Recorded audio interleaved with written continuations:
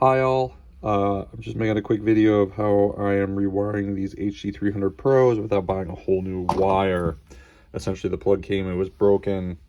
I went through, found out exactly what was what. So sleeve, ring, tip, I numbered it 1 through 8. Essentially 1 starting on this end, 8 on this end. And I will show you how to go through this. So I'm going to take my digital multimeter and do a continuity check and figure out what colors go to what essentially on here, since I already have kind of a little bit of what they are and where they're going. I'm essentially going to put the colors on here, so then when I go... This is from the Sennheiser logo, which is on the outside. So I'm saying 1 is here, 8 is here. So essentially, I did it kind of a little awkwardly, but 5 is blue, 7 is red, 8 is white, and 6 is black.